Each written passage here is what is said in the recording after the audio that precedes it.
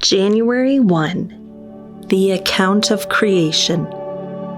Genesis 1:1. In the beginning, God created the heavens and the earth. The earth was formless and empty, and darkness covered the deep waters. And the Spirit of God was hovering over the surface of the waters. Then God said, "Let there be light," and there was light. And God saw that the light was good. Then he separated the light from the darkness. God called the light day, and the darkness night. And evening passed and morning came, marking the first day. Then God said, "Let there be a space between the waters, to separate the waters of the heavens from the waters of the earth." And that is what happened. God made this space to separate the waters of the earth from the waters of the heavens. God called the space sky. And evening passed, and morning came, marking the second day. Then God said, "Let the waters beneath the sky flow together in one place, so dry ground may appear." And that is what happened. God called the dry ground land, and the waters seas. And God saw that it was good. Then God said, "Let the land sprout with vegetation, every sort of seed-bearing plant, and trees that grow seed-bearing fruit. These seeds will then produce the kinds of plants and trees from which they came." And that is what happened. The land produced vegetation, all sorts of seed-bearing plants and trees with seed-bearing fruit. Their seeds produced plants and trees of the same kind. And God saw that it was good. And evening came, and then morning, marking the third day. Then God said, "Let lights appear in the sky to separate the day from the night. Let them be signs to mark the seasons, days, and years. Let these lights in the sky shine down on the earth." And that is what happened. God made two great lights, the larger one to govern the day, and the smaller one to govern the night. He also made the stars. God set these lights in the sky to light the earth, to govern the day and night, and to separate the light from the darkness. And God saw that it was good. And evening passed, and morning came, marking the fourth day. Then God said, "Let the waters swarm with fish and other life. Let the skies be filled with birds of every kind." So God created great sea creatures and every living thing that scurries and swarms in the water, and every sort of bird, each producing offspring of the same kind. And God saw that it was good. Then God blessed them, saying, "Be fruitful and multiply. Let the fish fill the seas, and let the birds multiply on the earth." And evening passed, and morning came, marking the fifth day. God said, "Let the earth produce every sort of animal, each producing offspring of the same kind, livestock, small animals that scurry along the ground." And that is what happened. God made all sorts of wild animals, livestock, and small animals, each able to produce offspring of the same kind. And God saw that it was good. Then God said, "Let us make human beings in our image, to be like us. They will reign over the fish in the sea, the birds in the sky, the livestock, all the wild animals on the earth, and the small animals that scurry along the ground." So God created human beings in his own image. In the image of God, he created them. Male and female, he created them. Then God blessed them and said, "Be fruitful and multiply. Fill the earth and govern it. reign over the fish in the sea, the birds in the sky, and all the animals that scurry along the ground."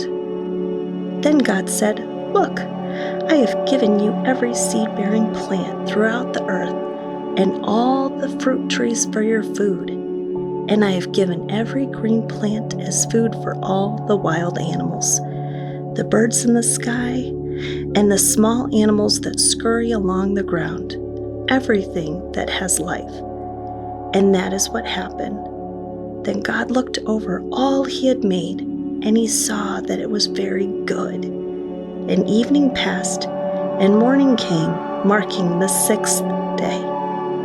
So the creation of the heavens and the earth and everything in them was completed. On the 7th day, God had finished his work of creation, so he rested from all his work. And God blessed the 7th day and declared it holy, because it was the day when he rested from all his work of creation. This is the account of creation of the heavens and the earth. When the Lord God made the earth and the heavens, neither wild plants nor grains were growing on the earth, for the Lord God had not yet sent rain to water the earth, and there were no people to cultivate the soil. Instead, springs came up from the ground and watered all the land.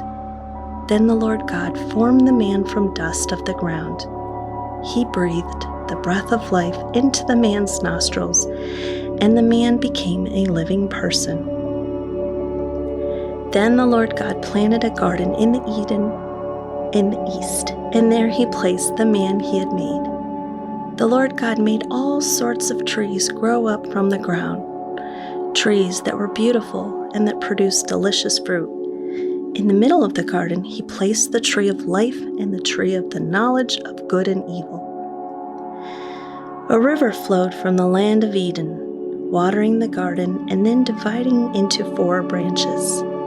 The first branch, called the Pishon, flowed around the entire land of Havilah, where gold is found. The gold of that land is exceptionally pure. Aromatic resin and onyx stone are also found there. The second branch, called the Gihon, flowed around the entire land of Cush. The third branch, called the Tigris, flowed east of the land of Ashur. The fourth branch is called the Euphrates. The Lord God placed the man in the Garden of Eden to tend and watch over it. But the Lord God warned him, "You may freely eat the fruit of every tree in the garden, except the tree of the knowledge of good and evil. If you eat its fruit, you are sure to die." Then the Lord God said, "It is not good for man to be alone. I will make a helper who is just right for him."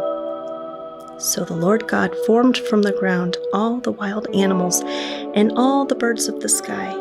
He brought them to the man to see what he would call them, and the man chose a name for each one. He gave names to all the livestock, all the birds of the sky, and all the wild animals. But still, there was no helper just right for him. So the Lord God caused the man to fall into a deep sleep. While the man slept, the Lord God took out one of the man's ribs and closed up the opening. Then the Lord God made a woman from the rib, and he brought her to the man. At last the man exclaimed, "This one is bone from my bone and flesh from my flesh. She will be called woman because she was taken from man." This explains why a man leaves his father and mother and is joined to his wife, and the two are united into one. Now the man and his wife were both naked, but they felt no shame. The serpent was the shrewdest of all the wild animals the Lord God had made. One day he asked the woman, "Did God really say you must not eat the fruit from any of the trees in the garden?" "Of course, we may eat fruit from the trees in the garden," the woman replied. "It's only the fruit from the tree in the middle of the garden that we are not allowed to eat. God said you must not eat it, or even touch it. If you do, you will die." "You won't die," the serpent replied to the woman. "God knows that your eyes will be opened as soon as you eat it, and you will be like God, knowing both good and evil." The woman was convinced. She saw that the tree was beautiful and its fruit looked delicious, and she wanted the wisdom it would give her. So she took some of the fruit and ate it. Then she gave some to her husband, who was with her, and he ate it too. At that moment their eyes were open, and they suddenly felt shame at their nakedness.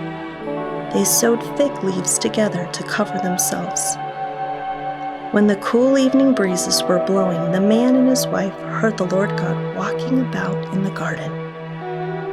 So they hid from the Lord God among the trees. Then the Lord God called to the man, "Where are you?"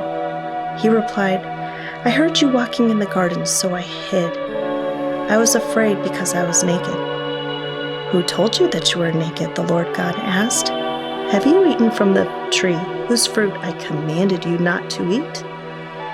The man replied, "It was the woman you gave me who gave me the fruit, and I ate it." Then the Lord God asked the woman, "What have you done?" "The serpent deceived me," she replied. "That's why I ate it." Then the Lord God said to the serpent, "Because you have done this, you are cursed more than all animals, domestic and wild. You will crawl on your belly, groveling in the dust as long as you live. And I will cause hostility between you and the woman, and between your offspring and her offspring. He will strike your head, and you will strike his heel." Then he said to the woman, "I will sharpen the pain of your pregnancy, and in pain you will give birth. And you will desire to control your husband, but he will rule over you. Since you listened to your wife and ate from the tree whose fruit I commanded you not to eat, the ground is cursed because of you. All your life you will struggle to scratch a living from it. It will grow thorns and thistles for you, though you eat of its grains. By the sweat of your brow will you have food to eat until you return to the ground from which you were made. For you were made from dust, and to dust you will return." Then the man, Adam, named his wife Eve, because she would be the mother of all who live. And the Lord God made clothing from animal skins for Adam and his wife. Then the Lord God said, "Look, the human beings have become like us, knowing both good and evil. What if they reach out, take fruit from the tree of life and eat it? Then they will live forever." So the Lord God banished them from the Garden of Eden, and he sent Adam out to cultivate the ground from which he had been made. After sending them out, the Lord God stationed mighty cherubim to the east of the Garden of Eden, and he placed a flaming sword that flashed back and forth to guard the way to the tree of life.